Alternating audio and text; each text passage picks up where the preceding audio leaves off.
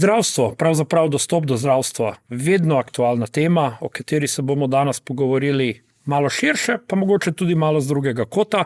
In zato je v tokratnem podcastu z nami predsednik uprave Vzajemne zdravstvene zavarovalnice, gospod Matija Šenk. Dobar dan. Dobar dan tudi vam.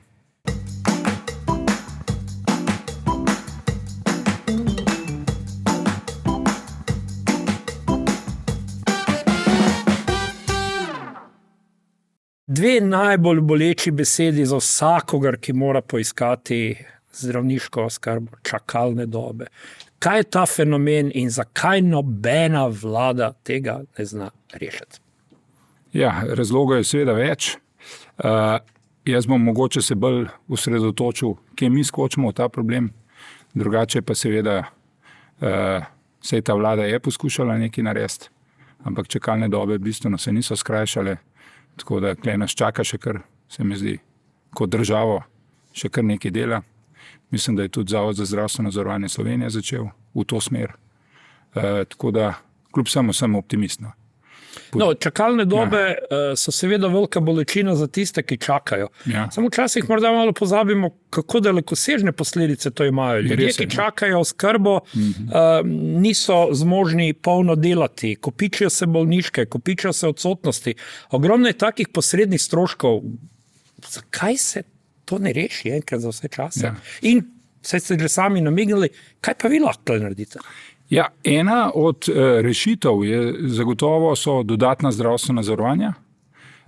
Mi mislimo, to pa je nekaj, kar upam, da se bo v prihodnje naredili, da smo mi dopolnilo k javnemu zdravstvu, ne pa alternativa.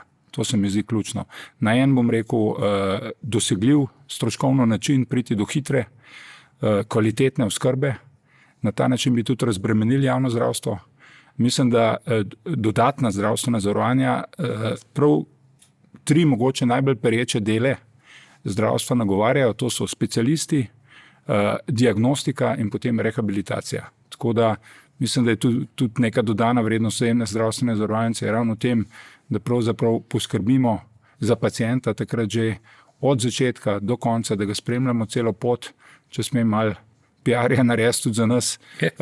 Recimo, imamo z več kot 190 izvajalci zdravstvenih storitev po celi Sloveniji pogodbe, nekje tudi v naši lasti teh izvajalcev in ocena naših strank je, mislim, da najvišja na trgu v Sloveniji, 4,91 od 5 možnih in to ni majhen vzorec, to letno merimo, to je v lanskem letu nekaj več kot 8500 anketirancev je izrazilo, zadovoljstvo z nami. Drugače pa, če smem ta absentizem nagovoriti, ki ste ga omenili, to se mi pa zdi res čisto iz gospodarskega vidika en največji. Imate kakšne ocene, mogoče, za kakšne zneske gre? To bi bilo zelo zanimivo. Bom nekaj podatkov probal teh, ki so javni, navršiti, ker gre pa res, se mi zdi, za velik gospodarski problem.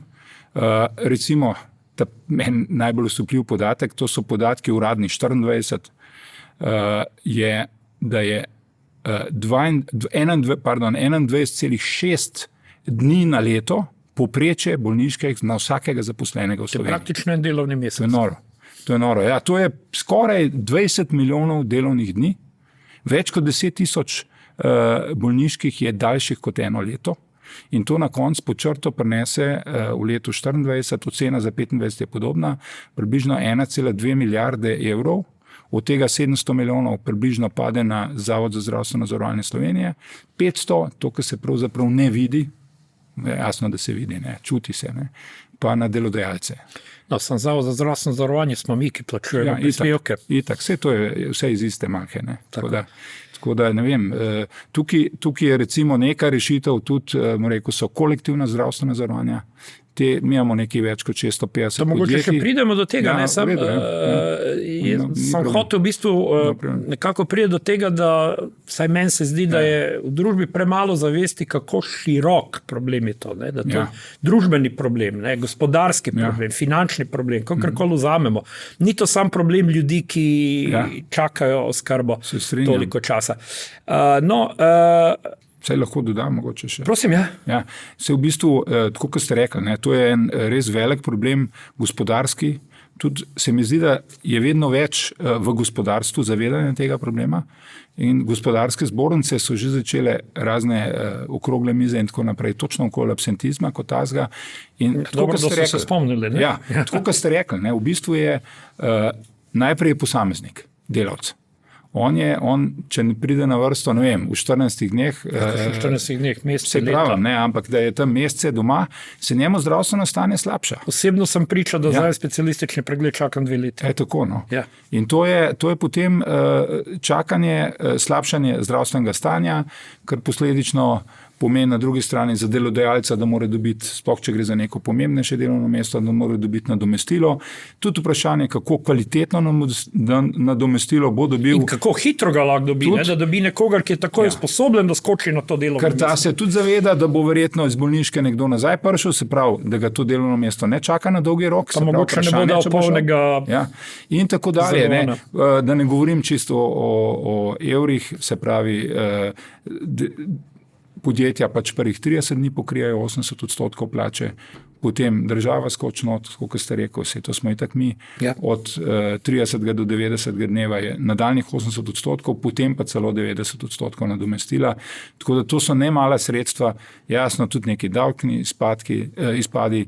Torej, jaz vedno rečem win-win-win. So, bom rekel, ta kolektivna zavarovanja, se pravi, če podjetja to sklenejo za delavca, za zaposlenega, za delodajalca, za podjetje in na koncu za gospodarstvo oziroma celo državo. Zagotovo bo prišla tudi do tega, da pojasnimo, kaj to je, komu je to namenjeno, ampak rad bi se pogovoril o eni taki, jaz bi rekel, nasprotujoče si zadeve, ki smo jih priča, ko spremljamo dnevne novice. Ne. Zdaj se veliko govori o razmejevanju javnega in nejavnega zdravstva in nekako se ustvarja v javnosti nek vtis, da vse, kar ni javno, je nekaj, kar je slabo za zdravstvo. Ne. Po drugi strani pa vam izkušnje kažejo, da vaš razpon zavarovanj in storitev je na nek način dopolnilo javnemu zdravstvu. Kaj zdaj? Ali je dopolnilo, ali je konkurenca, kje to razmejitev narediti, na katerih področjih si javno in zunaj javnega zdravstva pomagata drug drugemu. A lahko probate vi mogoče malo pojasniti ta odnos? Ja. Ker vsakega tolmači po svoje, pa odnos je, marsikomu pravzaprav ni jasno. Odnos je malo dvoličen, ne, bom rekel, dvosteber, nejasen. Nejasen, dobro. Ja, ampak tudi dvoličen, dopuščam, kar povejte. V bistvu naše mnenje, res, in tudi moje osebno mnenje je, da to absolutno bi moralo biti dopolnilo. Zaenkrat gre, bom rekel, če gledam čist na stroške, koliko gre v javno zdravstvo, pa ko gre, jaz temu rečem, državno zdravstvo oziroma v privatno zdravstvo, je v privatnega cirka 5%. Če gledaš, ne vem, budžet ZZZS-ja, to je letos več kot 10% bruto družbenega proizvoda. Ne. Tako da mi smo... To je približno 8-krat več, kot država nameni za celotno znanost. Res je. Za znanost se nameni nekje med 1 pa 1,25%. Ja, je pomembno, ne. Jasno, da je zdravje ta socialni del, ker iz tega, kot smo prej ugotavljali, vse sledi. Ne. Tako da, če nisi sposoben delati, če si na bolniški ne vem koliko mesecev, je to, mislim, mi smo glede tega res na repu EU. No. Tako da osebno res mislim, da bo treba najti, ker jasno je, da se čakalne vrste kar tako ne bodo skrajšale. Seveda ne. Po zakonodaji se ne bodo skrajšale. Se pravi, jih moramo skupaj skrajšati. Glede na to, da je tudi medicinska inflacija visoka, letno se pa stroški, ki so namenjeni zdravstvu, vse višajo, ne? Znanost napreduje, tako da mislim, privatno zdravstvo se bo razširjalo na tak ali drugačen način. Zakaj? Ker so potrebe. Ne? In tam, ker so potrebe, tam je potreba potem tudi, mislim, bom rekel, to je tako na borzi, ne? Ker je povpraševanje, potem tudi pride do ponudbe. Ne? In ta se bo zgodila in daleč najbolj za celotno državo je, da se najde nek konsens. Je pa ta problem, vidim, tudi v Zahodnji Evropi, da ne bom vzhodne omenil, ampak tudi v Zahodnji Evropi podobno, no, se imajo posod iste probleme, ampak poskušajo najti konsens. Če vas prav berem med vrsticami, se mi zdi, da nekako namigujete, da bi prava rešitev tega sožitja ali pa vsaj ne napadanja, bila v tem, da se postavijo neka jasnejša merila v javnem zdravstvu. Kaj se pričakuje? Ja. A sem jaz to nekako pravilno? Ja, jaz sem velik pristaš meritev. To se mi zdi dobro. Vse ste matematik, ja, ste naroslo. 2 plus 2 je 4, ni razprave. Ne? Ja, mogoče sem tukaj res, imam en manjko. Ne? No, to je plus, jaz sem tudi naroslo. Ja, tako da včasih ne razumem čisto dobro vsak potez, kar je pač, kot ste rekli, 2 plus 2, 4, še vedno za mene. Ampak dejansko se mi zdi, da sem velik pristaš, to sem hotel reči, tega meritev. Ne, tudi. Ne, da po upravljenem delu si tudi nagrajevan. Ne. Če nekdo pač več naredi, naj za to dobi tudi nagrado. Po eni strani, po drugi strani, to ste na začetku načeli, pač, kjer je spremembe, tega je toliko, kar bo še potrebno zagrabiti. Tudi se mi zdi, veliko stroškov gre pri naročanju. Nepotrebno se mi zdi, pač bolnice in ostale ustanove plačujejo kakšne aparature in tako naprej. Preplačajo, no, po domač povedan, če bi uspeli to nekako spraviti na nek skupni imenovalec. Tudi vidim, da Zavod za zdravstveno zavarovanje Slovenije zdaj poskuša neko lestvico postaviti, koliko je kakšna storitev vredna, bolj objektivno. Tako da verjamem, no, da se da, ampak dela je ogromen. Jaz mislim, da naslednjih 5-6 let bo po mojem kritičnih res, da ne pride do česa hujšega v zdravstvu. Bolje pozno kot nikoli. Ne? Ja, mislim, ja, vse moraš biti optimist. Na koncu koncev smo vsi za to, da se situacija uredi in da je v središču, to mi je najbolj pomembno, vedno, ko se pogovarjamo o nekih zakonih, pa o nekih policah, evo, da privatno pa državno dam tudi na mizo, pacient.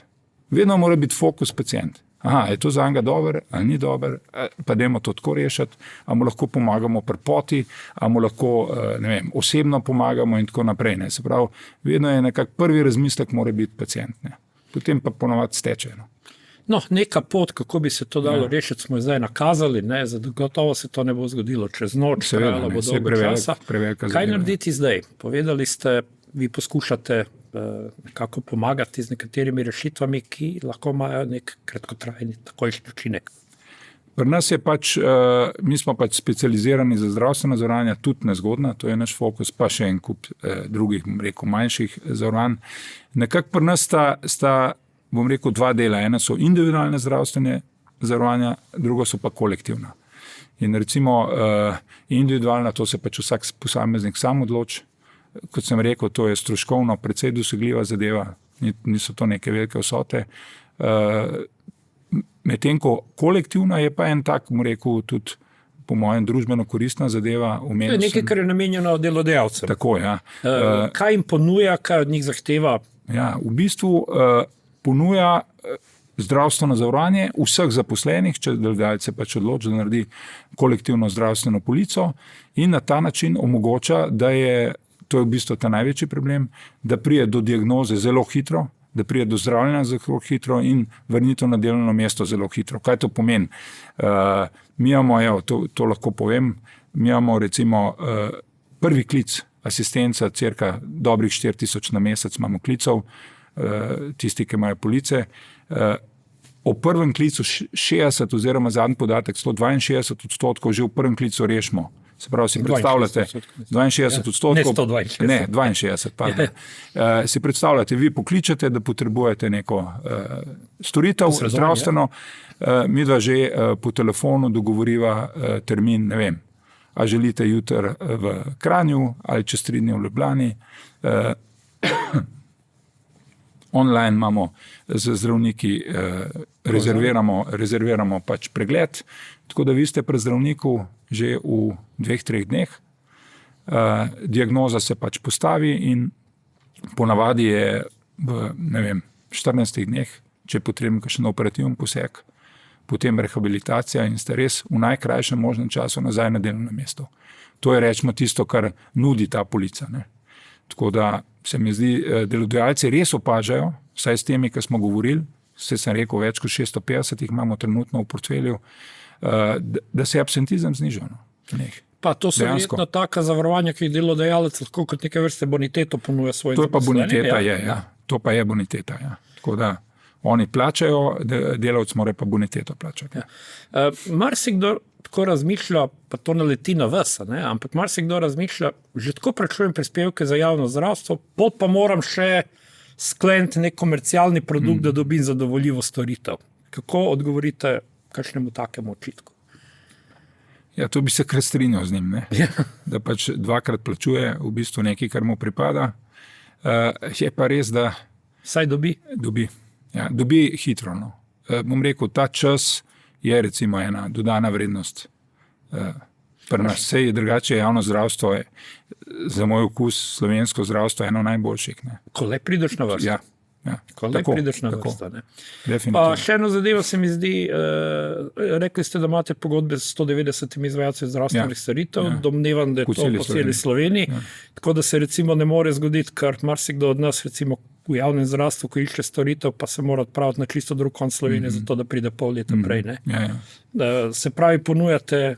To je res, regionalno to ni problem, res imamo res dovolj izvajalcev po celi Sloveniji, tako da pride človek na vrsto relativno hiter, blizu svojega domačega kraja.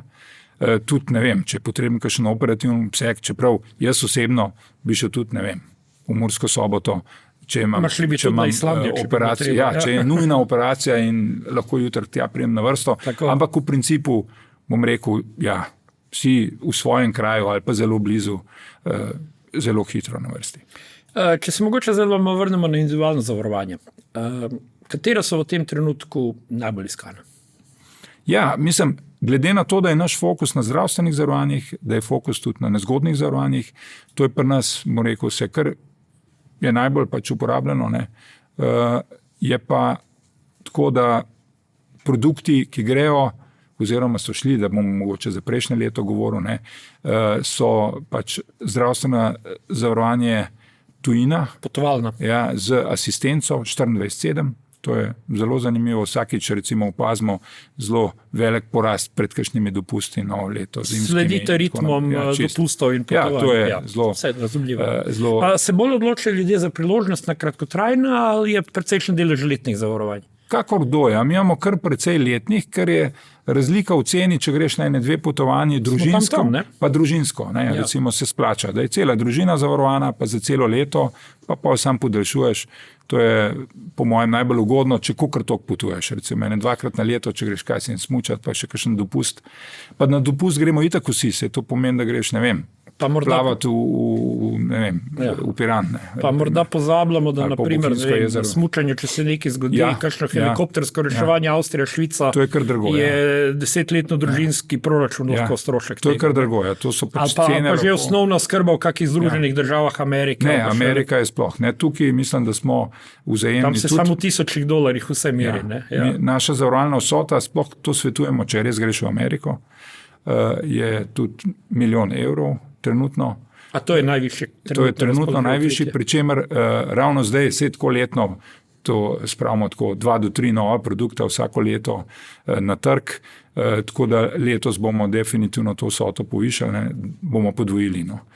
Drugače sem pa hotel še omeniti, tako smo naprimer lansko leto spravili na trg zdravljenje v tujini z drugim mnenjem. To so res za kakšne res težke bolezni, najbolj vrhunske klinike v Evropi, tako da se mi zdi, da... To verjetno v sodelovanju z tujimi partnerji? Seveda, ja. Sej tudi pri vseh tujinah imamo asistenčne partnerje, tako da je pokrit cel svet. Ne moreš sam iz Slovenije pokrivati celega sveta. Ja, razumljivo. Dobro, zdaj... Vzajemna ni kar tako ena zavarovalnica. Vzajemna se je v zadnjem času zelo spremenila iz zavarovalnice, ki je imela, malo direktno povedal, zagotovljen posel, v zavarovalnico, ki je bila praktično čez noč vržena na trg. In ne samo, da je bila, se je že prej bila na trgu, ampak zdaj je 100% odvisna od trga. Poleg tega dogajajo se pomembne spremembe. Nazadnje vsi, ki so bili zavarovanci Vzajemne prej, niso bili navadni zavarovanci, ampak so postali solastniki ali pa tisti, ki so bili v manjših zneskih, so bili izplačani in tako naprej. Iz prve roke, kaj se zdaj dogaja z Vzajemno zavarovalnico DD? Kaj se dogaja statusno z njo? In Moram vprašati, kako ste preživeli ta šok, da ste praktično čez noč mogli začeti poslovati bistveno drugače? Ja, to pa moram malo več povedati. Ja, se bo. Ja. Skratka, začelo se je z zakonom o statusnem preoblikovanju Vzajemne zdravstvene zavarovalnice, to je bil, mislim, da december 23, direktno, ki je, bom rekel, nagovoril vse procese, ki jih bom potem mogoče malo povedal. Res pa, da indirektno je za Vzajemno bil pač najbolj pomemben, rekel, je to zdaj pozitivno ali negativno, je vprašanje. Ukinitev dopolnilnih zdravstvenih zavarovanj, to je bilo pa nekje pol leta prej, sredi leta 23, in s 1.1.24 je Vzajemna ostala brez približno 93% vseh prihodkov. Tako da je bila situacija res zanimiva. Milo rečeno. Šok, predvsem na likvidnosti. To se je najbolj poznalo, ampak bom rekel, da smo neko strategijo dosti hitro postavili, stabilizirali zavarovalnico.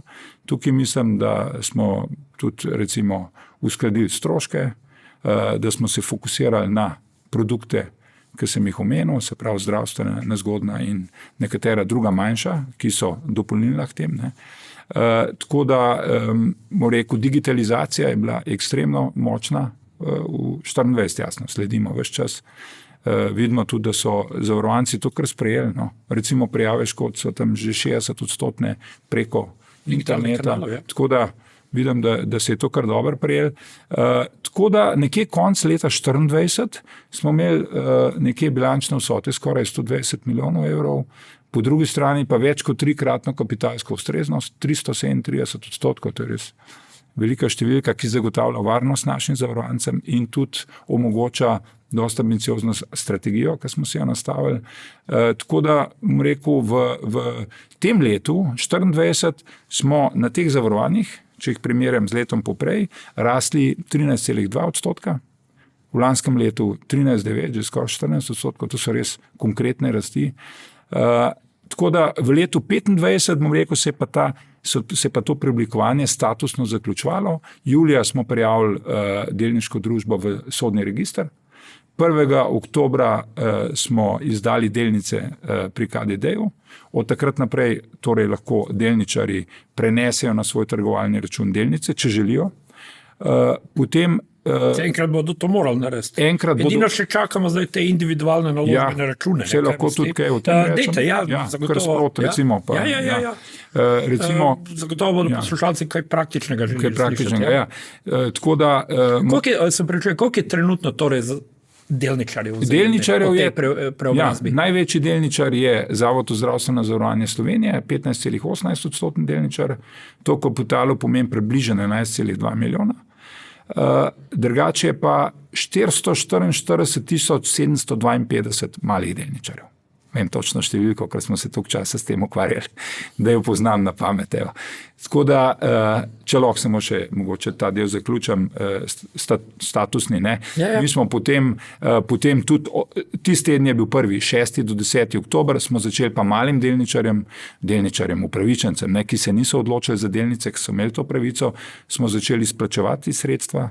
To je zaključen ta postopek? Ta postopek se je zaključil, mi smo hoteli do konca leta, ampak smo uspeli, to je izplačano slabih 16 milijonov evrov do konca novembra. Smo to naredili, je zaključen proces. Nekateri še niso javili svojih računov, torej to bomo počeli še, dokler bo šlo, tudi reklamiramo, objavljamo. Časovna omejitev je čisto zakonska, ampak izven tega zakona, se pravi splošna zakonska 5 let, če si iz finančnih 5 let imaš pravico zahtevati svoje sredstva.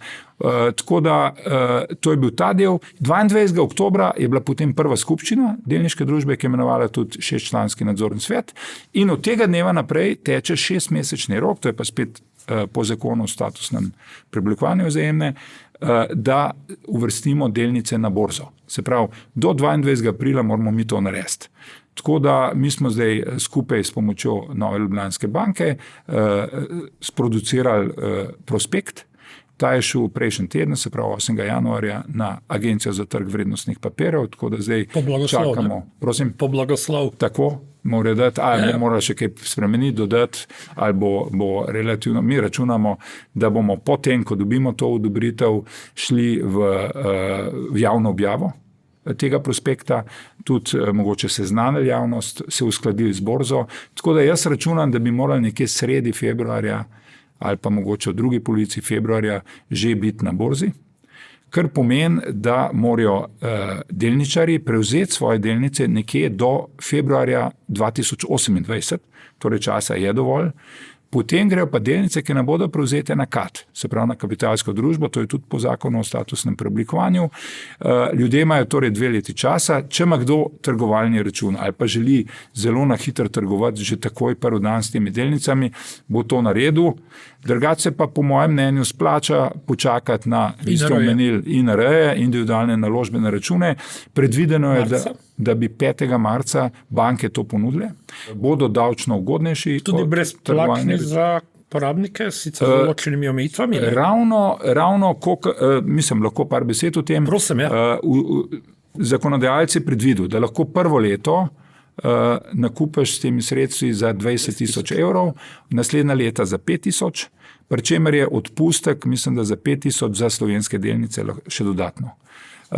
Pri tem je obdavčitev 15% na kapitalske dobičke, kar je manj kot recimo 25, če hitro trguješ, se ti zgre pol navzdol pri recimo na trgovalnih računih. Potem po 15 letih je pa celo brezplačna, se pravi brez obdavčitve.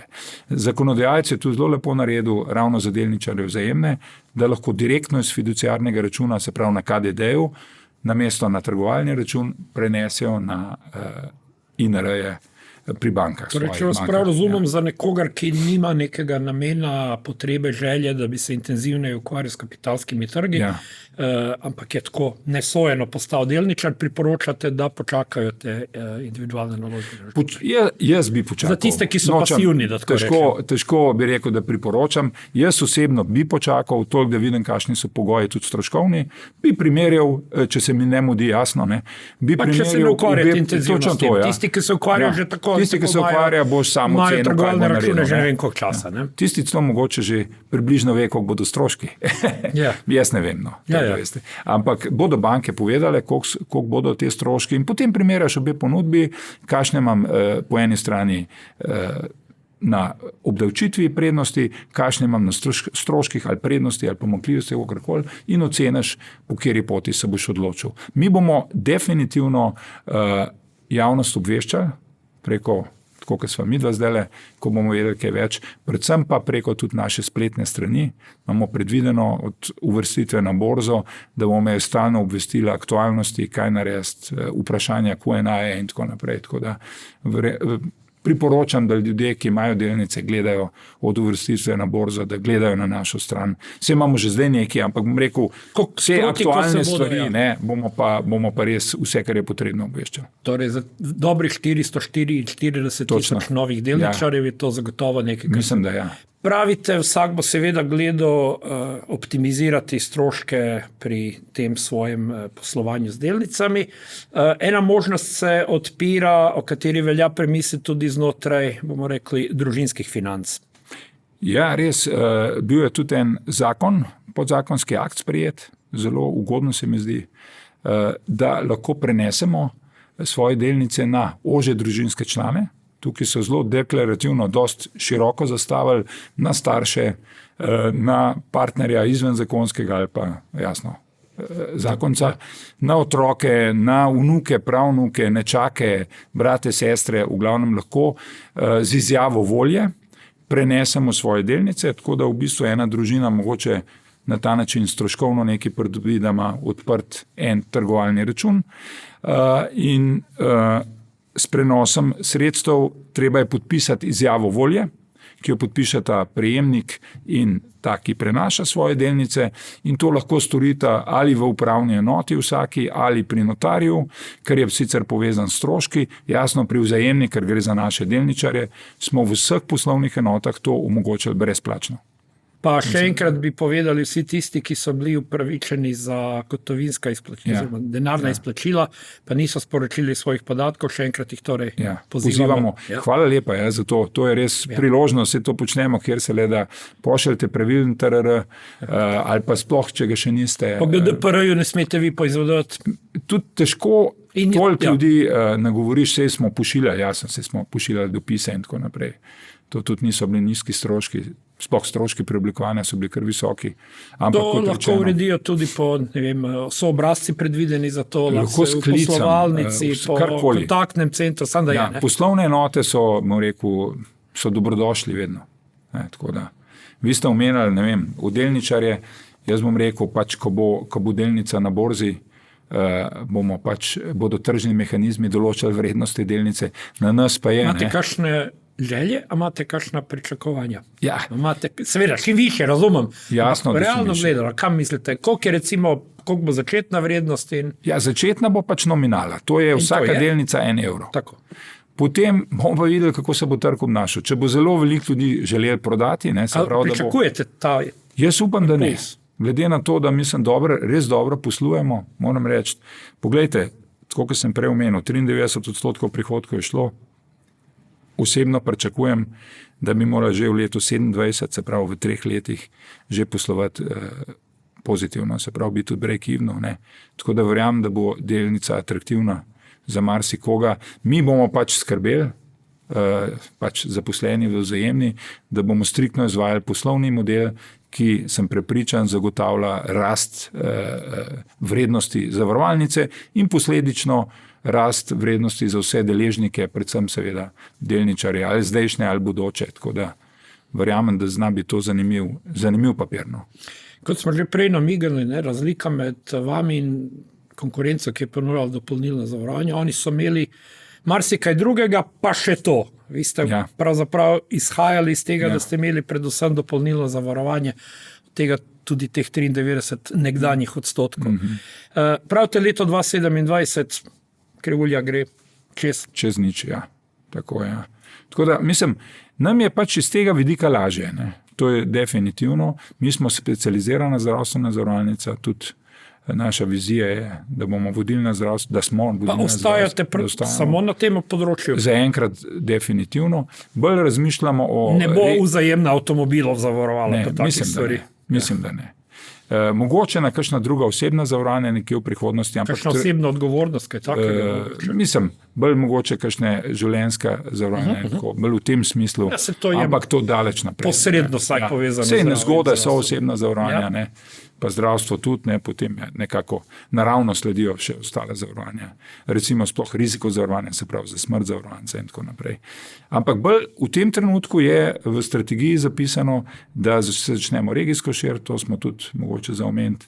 Lansko leto smo že šli preko meje oktobra na Hrvaško in verjamem, da bomo začeli regijsko se počasi širiti. Počasi, ne bomo nič hiteli, vse to odgovorno. Z istim imenom?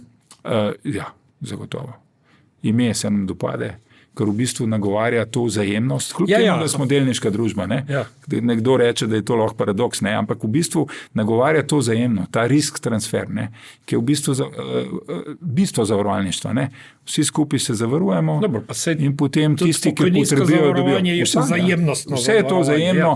Dobro, pravna oblika je pač delniška družba, ampak statutarna, ampak drugače pa bom rekel princip neka vzajemnost in zato nam je všeč to ime. Tako da smo se odločili, da ga bomo zadržali. In tudi v tujino bomo šli z njim. Mečkam bo šel na stran, malo ste že povedali, tudi druge države se soočajo s podobnimi izzivi, kot smo mi. Mislim, da se strinjava, da oskrba v javnem zdravstvu v Sloveniji, da je zelo dobra, ko enkrat prideš na vrsto. Se strinjam. Kako bi se primerjali v bistvu v Evropi? Smo pod povprečjem. Eno je kakovost. Pri kakovosti mislim, da nimamo dileme, da smo na takem nivoju, kot si ga želimo. Ampak kako smo z dostopnostjo?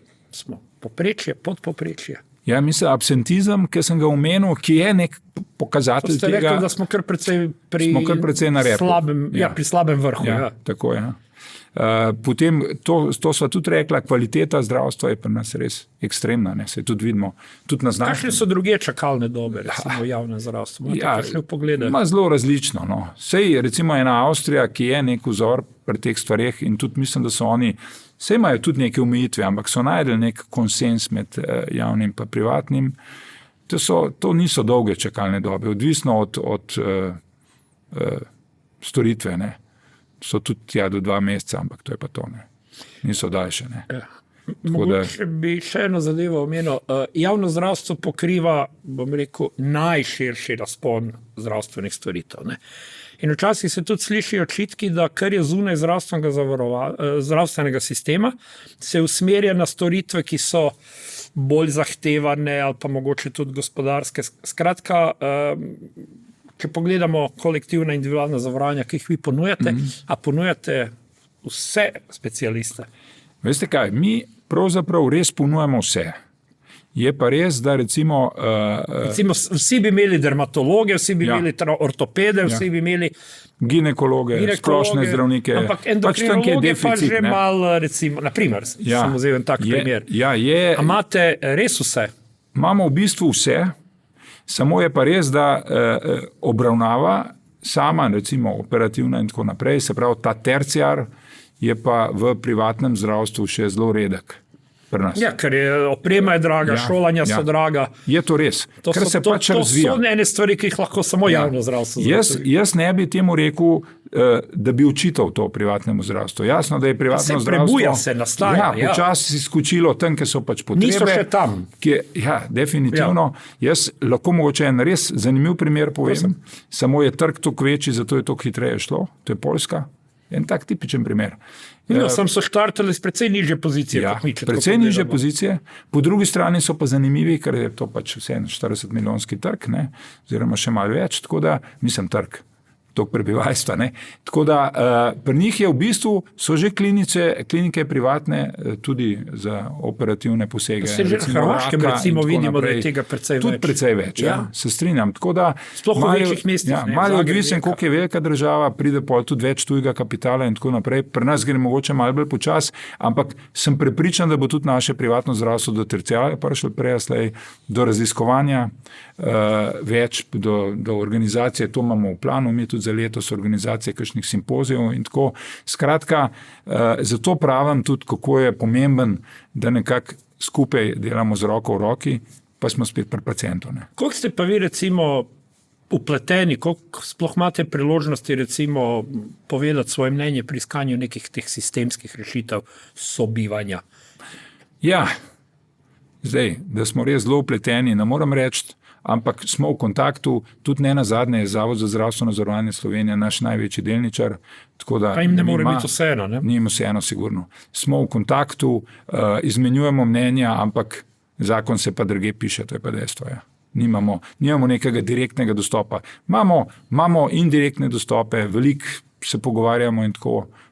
Mislim, da tudi kakšno naše mnenje posluša, ampak v principu kakšnega bistvenega vpliva pa nimamo. Odprli so kar nekaj tem, nekaj je bilo takih, ki so bila zelo splošna, da ne rečemo oblaki, ali pa daleč od nas. Upam, da smo dali tudi nekaj praktičnih nasvetov. Kakšna misel še za konc tega najinega pogovora? Kaj pa vem, mogoče zelo pomembna misel. A bi mogoče moral še kaj vprašati, ali bi mogoče samo povzela midva to, kar smo se pogovarjala? Pa mislim, da je v redu, da so kar lepe teme načela. Meni je recimo ena misel vedno pade na pamet, kadar me vprašajo glede vzajemne, bi rekel, ostajamo partner za zdravje. To se mi zdi ena taka misel, ki bi rad tudi za konec mogoče v vaši oddaji izrekel. Pa dajva potem zaključiti tako. Gospod Matija Šenk, hvala, ker ste bili v podcastu. Hvala za vabilo, veselje mi je bilo.